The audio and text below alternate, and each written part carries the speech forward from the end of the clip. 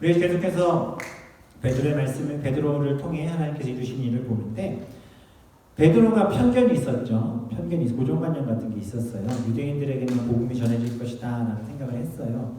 그렇지만 베드로를 하나님께서 이곳저곳 다니게 하셨고 유대인들이 생각할 때 유대인이지만 무두장이 즉 가죽 세공업을 하는 짐승을 잡아 그 가죽을 벗겨 가죽 수공품을 만드는 가죽 제품을 만드는 그 사람은 유대인들이 볼 때는 굉장히 그렇게 과시하고 낮은 층에 있는 그런 하층민에 속하기 때문에 또한 부정하다 여겼기 때문에 같이 하지 않습니다. 그런데 베드로가 어떻게 하죠? 그 무두장이 시몬의 집에 가서 머물러요.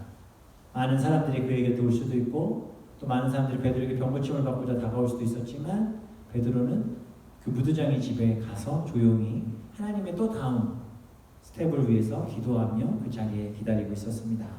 근데 그때 베드로 가운데 여전히 남아있는 편견들이 있었죠. 이방인 땅 가운데 있는 유대인들에게는 하나님께서 복음을 주실 수 있지만 아무리 천하지만 천한 사람조차도 하나님 그 사람들도 역시 유대인이니까 그들 하나님은 구원해 내실 수 있지만 복음은 베드로의 편견 가운데 아직은 그래도 누구에게? 유대인에게만 머물러 있는 것은 아닐까 라는 그런 마음들이 그가 겉으로 표현해내진 않았지만 있었던 것 같아요. 하나님께서 환상을 보여주시죠. 그리고 광주리를 내려주시고 거기에 부정한 짐승들이 막 있었어요. 제가 구글링을 잠깐 했더니 누가 이 그림을 그렸는데 그 짐승에 막 기린 들어가 있고 하마 들어가 있고 막 그러더라고요.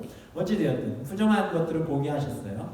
베드로가 그걸 봤죠. 성령이 말씀하십니다. 먹으라.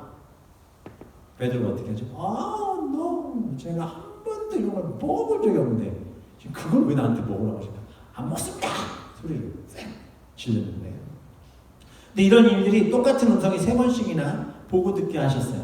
근데 베드로가 역시 그 의미를 바로 깨닫지 못했어요. 눈을 떴지만 뭔가 이렇게 당황스러운 상황이었습니다. 그렇죠. 갑자기 꿈에 하나님 나타나셔서 부정한 것들을 막 이러면은 하나님 그걸 제가 어떻게 합니까?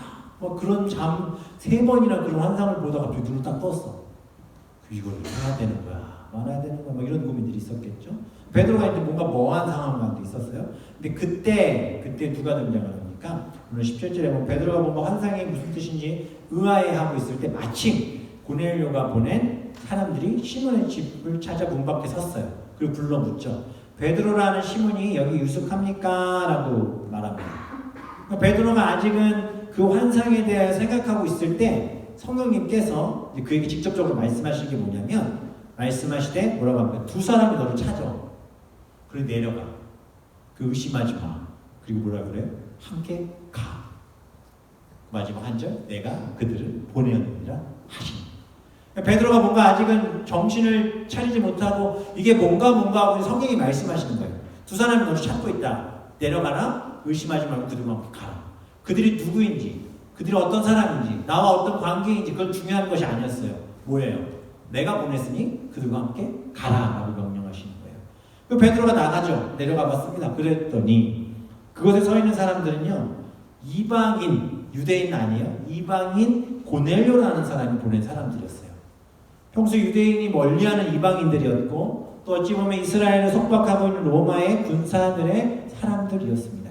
그러나 베드로는 그들을 향한 어떠한 생각도 편견도 더 이상 가지고 있을 필요가 없었습니다. 왜요? 하나님께서 그에게 명령하셨기 때문에. 그래서 하나님께서 보내신 사람들이라는데 베드로가 그것에 대해서 그들을 쫓아낼 이유가 없었던 거예요. 그래서 베드로가 이제 묻죠. 그들에게 묻습니다. 22절에 보면 당신들 누굽니까? 어떻게 왔습니까? 보고 이르되 내가 곧 너희가 찾는 사람인데 무슨 일로 왔습니까? 라고 21절에 물어요. 그때 22절에 이렇게 얘기합니다. 그들이 대답하되 백부장 고넬료는 의인이고요. 하나님을 경외하는 사람인데 그 사람은 유대에 있는 많은 사람들도 칭찬하는 사람입니다. 그런데 그 사람이 거룩한 천사의 지시를 받았고요. 그래서 당신을 그 고넬료의 집으로 청하여 그와 함께 당신이 하는 그 말을 들으려고 합니다. 라고 얘기하는 거예요. 무슨 얘기인지 아시겠죠? 단순히 그냥 왔어요. 그 로마의 군사 옷을 또 입고 있었을 수도 있겠죠. 로마의 군병 중에 하나니까. 와서 베드로를 보자마자 당신을 가이사랴에 주둔하고 있는 로마 군대 백부장인 고넬료가 당신을 찾으러 왔습니다. 명을 받고 우리가 당신을 데리러 왔으니까 갑시다. 이렇게 얘기하는 게 일반적일 수 있지 않습니까? 그렇죠? 왜냐면 병사들이니까. 우리가 뭐 예를 들어서 제가 이성구 집사님한테 조일선 집사님을 좀 불러오라고 하면은 이성구 집사님이 가서 일하시는 데 가가지고 조일선 집사님 목사님이 부르셨는데 같이 가시죠. 그럼 이 정도만 하면 끝이잖아요. 아니에요? 안 그렇게 하세요? 이렇게 설명하세요? 조일선 집사님 우리 목사님은 의인이신데 하나님을 경외하는 사람이고 밴쿠버 온 족속이 칭찬하는 사람인데 그분이 천사의 지시를 받아 나를 보냈는데 조일선 나랑 가시죠. 이렇게 얘기하세요? 아니죠. 일반적이지가 않죠. 그냥 보내면 당시 또 로마의 로마의 그 속국 가운데 있었던 이스라엘이고 그 사람들 중에 한 사람인 거예요. 그냥 베드로는. 로마 군인의 입장에서 봤을 때는. 가서 뚝뚝 두드리고 나왔을 때 당신이 베드로요? 네. 우리 고넬료 백부장이 부릅니다. 가이사를 같이 갑시다. 끌고 가면 되는 거잖아요. 그게 일반적인 거예요. 그런데 그러지 않아요. 이들의 말을 한마디로 표현하면 뭐죠? 고넬료라는 사람은 하나님의 사람임과 동시에 인정을 받는 자. 하나님과 사람에게 인정받는 사람이다라는 의미예요. 고넬료를 또 그를 바라보는 사람들, 그에 대해서 베드로에게 이렇게까지 설명하는 사람들의 모습을 보면서 제가 제 자신을 한번 좀 생각해 봤어요.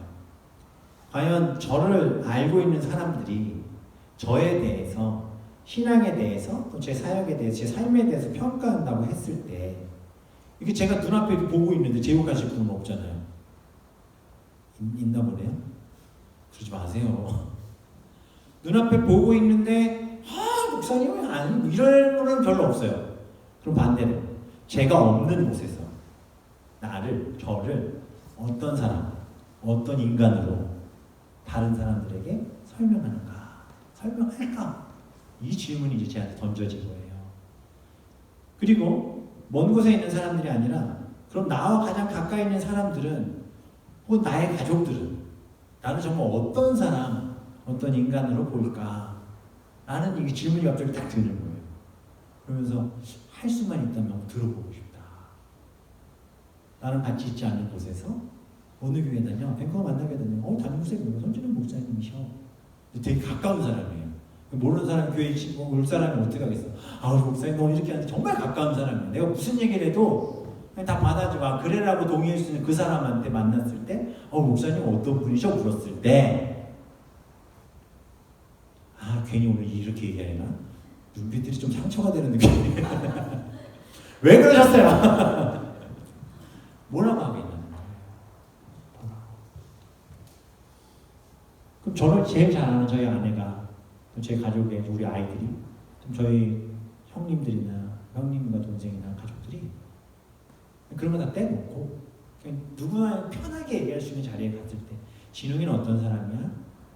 걔는 그럼 어떤 장점과 단점이 있어? 라고 물었을 때 어떠한 존재로 나를 설명할까? 이게 갑자기 말씀드리마다 확 걸리는데 진행이 안 나는 거야. 그분이 진행이 안 나. 거기서 계속 지금 본문 속에서 보면요, 고넬료에 대해 베드로에게 설명하고 있는 사람들은요, 고넬료를 멀리서 아는 사람들이 아니었어요. 두 부류잖아요. 집의 하인과 부대의 병사 중 경건한 사람. 어떤 사람이에요? 집안에서 함께 일하는 사람, 집안에서 함께 보던 사람, 매일 그 주인인 고넬료를 보던 사람, 그리고 직장에서 그 사람을 매일 보던 사람인 거예요. 가장 가까운 곳에서. 먼 곳에 있는 사람에게는 우리가 칭찬받기는 쉽지만 사실 잘 모르는 사람한테 존경받기도 해요. 그렇지만 멀리 있고 잘 알지 못하기에 그들에게 얼마나 우리는 우리의 모습을 위장하고 연기해서 그들에게 마치 나는 거룩한 사람, 좋은 사람인 것처럼 누군가 제 설교만 들었다면 목사님은 정말 좋은 사람이라고 생각할 수 있을 수 있지만 정말 가까이에 있는 사람이라면 그 삶에 대해서 구체적으로 아는 사람이라면 어찌 보면 정말 칭찬하고 존경하는 모습이 많이 이렇게 줄어들 수 있다라는 것이죠. 한 사람의 곁에서 그 사람의 꾸밈없는 실체를 보는 것은 굉장히 중요합니다.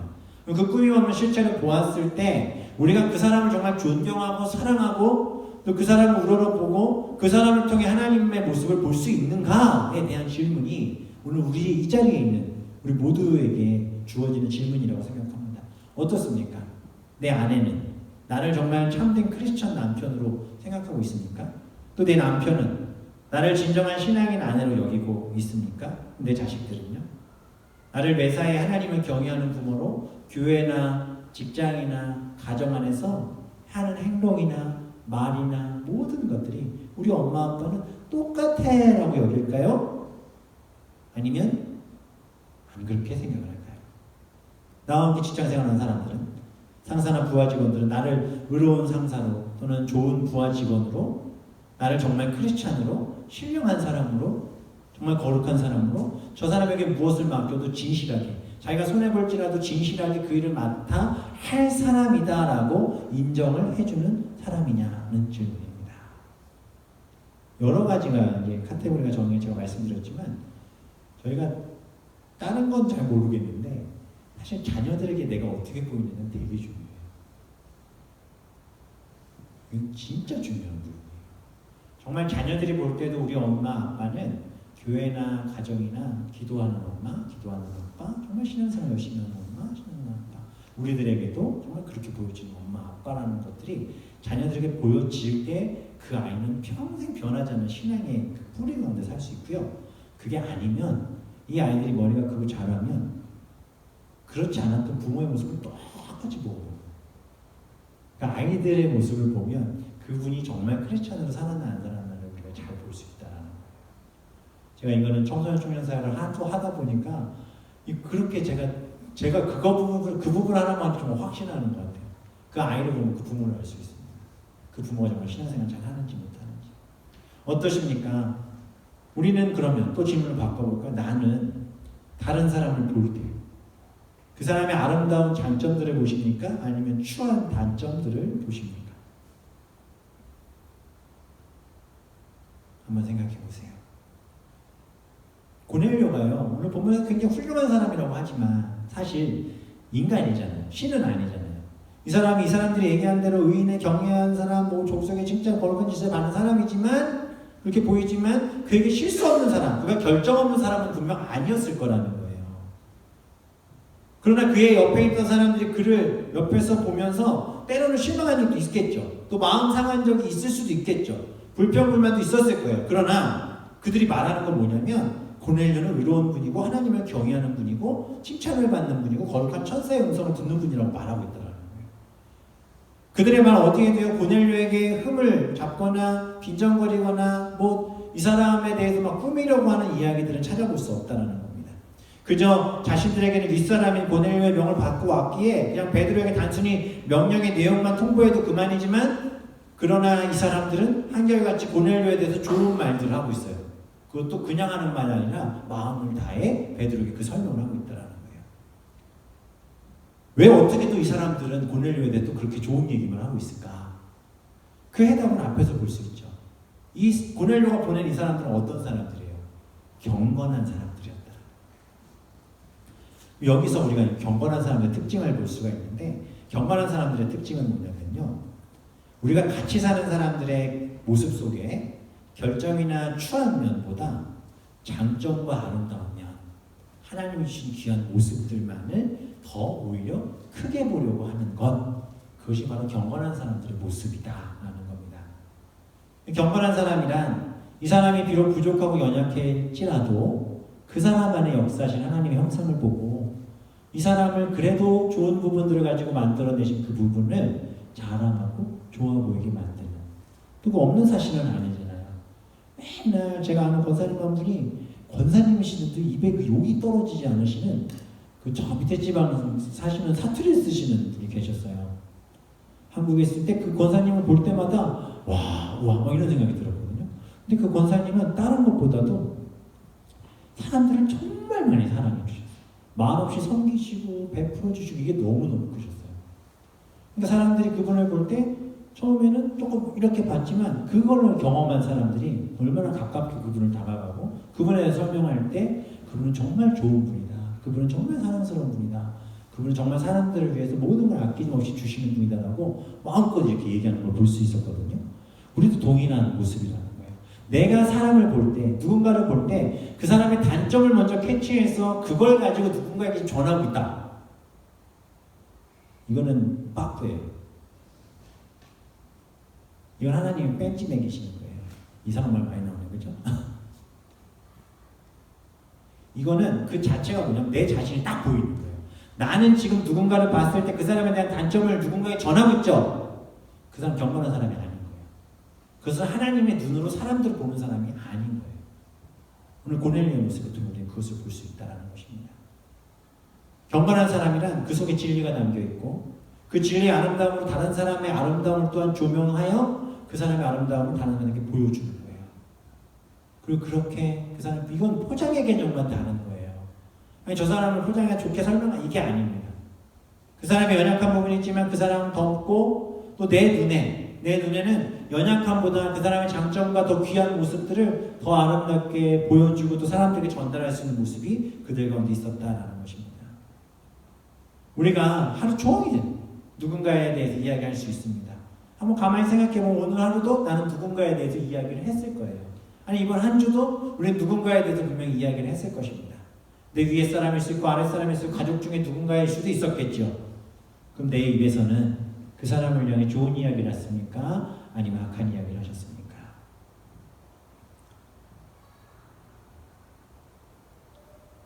그리고 내가 정말 좋은 얘기했는지 악한 얘기했는지 또 알 수 있는 게 하나 방법이 있어요. 내 주변에 얼마나 많은 사람들이 나와 함께하고 있습니까? 내 주변에 정말 나를 너무너무 사랑하고 정말 가끔 연락할지라도 그걸 받고 나와 반가워하고 기뻐해주고 나를 어디서든 좋은 이야기 해주는 그런 사람들 있죠? 있으시죠? 저도 말씀 준비하니까 몇 분 생각이 났어요. 그래서 다행히 나왔어요. 와, 말씀 전에 없으면 어떡할 뻔했어요. 저를 진짜 여기 와서 만난 목사님 한 분이 계시는데 저를 진짜 잘 아세요. 그분이나 저나 형편이나 상황이나 이런 게 되게 비슷한 게 많다 보니까 저보다 나이는 좀 있으신데도 진짜 가끔 연락하는데도 정말 그냥 두서없이 막 얘기를 하고 해요. 저희 아내는 이제 가끔 볼 때 이제 그 목사님하고 얘기하면 요거는 너무 마음 편하게 얘기하는 거 아니야 이러는데 사실 그렇게 될 정도로 제가 그냥 쉽게 말씀드려서 제가 누구한테 돈을 빌려주지도 않는데 그분한테 돈 빌려달라고 해도 아무렇지도 않게 그냥 빌려줄 수 있는 그런 분이 한 분 계시더라고요. 여기 와서 만난 분 중에. 그래서 제가 생각했어요. 그나마 다행이다. 어떠세요? 혹시 주변에 그런 분들이 있으십니까? 아니면 없으십니까? 내가 지금 소유하고 있는 사람들, 그 사람들이 정말 내가 지금 가지고 있는 눈에 보이는 거 있잖아요. 사람들이 딱 보면은 좋아서 붙는 것들 있잖아요. 예를 들면 돈이 많아, 아니면은 뭐 잘 베풀든가, 뭐 이런 것들. 저 사람 옆에만 가면 내가 뭔가 이익이 있겠다 싶어서 붙는 분들 있잖아요. 그렇죠? 근데 만약에 내게 돈도 없고 내가 그럴 수 있는 능력이 안 된다면 과연 내 주변에 있는 사람들이 내 옆에 남아 있을까? 라는 질문을 한번 던져보자라는 것입니다. 우리가 아무리 세상적인 것들을 많이 가지고 좋은 것들을 갖고 있을지라도 그런 모습으로 우리가 이 성경에서 이야기하는 경건한 사람, 온전한 그리스도인이라고 말할 수는 없다는 거예요. 경건한 사람, 하나님이 붙드는 사람이라면 하나님의 도구로 쓰임받죠. 하나님의 도구로 쓰임받는다는 것은 그 사람을 통해 주변에 좋은 것들이 계속해서 흘러가는 거예요. 그분 곁에만 있으면 좋은 영향력을 받게 되고 그분 곁에만 있으면 내가 예를 들어서 유해선 사모는 이런 게 너무 나빠요 라고 얘기했어도 그런 경건한 분은 어떻게 받으세요? 나쁜 점도 있겠지만 사실 그 사모님은 이런 부분들이 너무너무 아름답고 귀하지 않습니까? 라고 바꾸어 이야기해 주시면 혹시 그런 분들이 내 곁에 있느냐라는 것입니다. 악한 것들을 끊임없이 악한 길로 끌고 가는 사람인가? 아니면 악한 것을 들을지라도 좋은 것으로 바꿔 하나님 기뻐하시는 말들로 마무리를 짓게 하는 사람인가? 베드로를 찾아간 경건한 사람들은 말하죠. 고넬료는 의로운 분입니다. 하나님을 경외하는 분입니다. 그분은 유대 온 족속에 칭찬받는 분입니다. 거룩한 천사의 음성을 듣는 분입니다. 그리고 그 천사의 지시를 따라 선생님의 말씀을 듣기를 바라고 있고 그래서 당신에게 우리가 왔습니다 라고 얘기하고 있는 거예요. 처음 보는 이방인들이. 누군지도 몰라요 고넬료가. 근데 베드로가 이 말을 들으니 어때요? 와, 누구길래? 그 고넬료는 누구길래? 어떻게 이 사람들이 이렇게까지 표현할 수 있을까라는 생각이 들었겠죠. 베드로가 너무나 궁금했던 것 같아요. 그래서 그냥 웬만하면 이 시간이 한 12시 정도에 도착한 거였거든요. 그냥 가면 돼요. 근데 베드로가 이 고넬료에 대해서 뭔가 더 궁금했던 것 같아요. 그리고 그렇게 이야기하는 이 사람들의 모습이 너무 귀하고 좋았던 것 같아요. 어떻게 합니까? 23절에 보면 베드로가 불러들여 유숙하게 아니라 무슨 말이죠? 이 시간이 한 낮 12시니까 그냥 바로 출발해도 돼. 가다가 어디서 잠을 자도 되는데 베드로가 일단은 그 사람들을 다 쉬도록 들어오게 해줬더라는 거예요. 그리고 나서 이튿날에 그들이 떠납니다. 그 유숙이라는 건 하룻밤을 재워준 거예요. 재워준 거. 왜요? 이방인 고넬료가 보낸 이방인들은 베드로가 자신이 거처하고 있는 곳에 재워주고 있어요. 근데 그 거처하는 자리가 어디예요? 무두장이 시몬의 집이에요. 무두장이 시몬의 집. 무두장이 시몬은요, 부정한 일을 하는 사람이기 때문에 그 주변에는 아무도 있지 않은 외로운 사람이에요. 근데 그 곁에 누가 다가와줬어요? 베드로가 다가와줬죠. 그 베드로가 머물고 있는 동안 누가 와요? 또 로마의 이방인인 고넬료의 부하들이 왔는데 그들과 함께 그 자리에 아무도 있지 않은 삭막한 부정하고 짐승의 그 썩은 냄새가 나는 그 자리에 이 사람들이 지금 한 자리에 모여있다는 것입니다. 무두장의 집은 해변가에 있었습니다. 10장 6절에 보면 이제 그런 말씀을 저희가 유추할 수 있죠. 그 무두장이 시몬의 집에 익숙하니 그 집은 해변에 있더라. 왜 해변에 있냐면요, 이 무두장이가 일을 할 때 그 폐수 같은 게 나오잖아요. 음식, 뭐 짐승의 피 같은 게 이렇게 바다로 흘려보내기 위해서 당시 가죽 세공업 하는 사람들의 그 거처는 거의 이제 바닷가에 주로 있었다고 해요. 어찌됐든 외딴 바닷가에 외롭게 살던 요파의 외딴 바닷가에 조그만 오두막, 거기에 무두장이, 모든 사람이 버렸던 그 사람, 그 작업실에 깨끗할 것도 없는 그 자리에 생전 처음 사람들이 모여 앉았다는 거예요. 난 12시에 들어간 그 사람들. 그들이 뭘 했겠습니까? 베드로가 고넬료의 사람들을 불러들여 그들에게 고넬료에 대한 이야기도 들었을 것이고, 또 그들과 함께 이야기 나누며 처음으로 그곳에 정말 아름다운 이야기들과 대화가 오고 가며 고넬료에 대한 칭찬, 또 무두장인 베드로에 대한 칭찬도 했을 것이고, 베드로는 또 무두장에 대한 칭찬을 했겠죠. 그런 과정을 통해 그들이 같이 하룻밤 잠들게 됩니다. 아무리 생각해도 어울릴 수 없는 사람들이 가장 초라한 그 집에 모여 밤이 지새도록 함께하고 있었다는 거예요. 밖에서 파도 소리가 쫙 들리겠죠. 방 안에는 조그마한 불 하나 펴놨겠죠. 둘러 앉았을 거예요. 다 처음 보는 사람들이, 다 낯선 사람들이에요. 그들이 무슨 이야기를 주고받았을까요? 무두장이가 이런 얘기 하지 않았을까요? 이 누추한 곳에 같이 있어 주셔서 감사합니다. 잠잘 자리도 뭐 호텔도 아니고 모텔도 아니고 뭐 숙소 뭐 여관 같은 데도 아니고 얼마나 누추했겠어요. 베드로가 이야기했겠죠. 내가 며칠 이곳에 머물렀는데 이 무두장이 시몬은 너무 좋은 사람입니다. 고넬료에 같이 온 사람들이 얘기하겠죠. 그래 보이시네요. 일은 안 힘드세요. 그러면서 자연스럽게 자기들이 이야기를 오픈하고 말하죠. 그 집안에 누가 있다고요? 유대인들이 부정하다 여기는 가죽세공업자 무두장이 시몬이 있고요. 이스라엘이 그토록 싫어하는 로마의 군인들, 이방인의 하인이 와 있고요. 유대인 중에 유대인이라 보이는 베드로가 그 안에 있었습니다. 지금으로 치면 누구도 그 자리에서 어울릴 수 없는 공간이지만 그들은 함께 할 수 있었습니다. 그럼 어떻게 함께 할 수 있었을까요?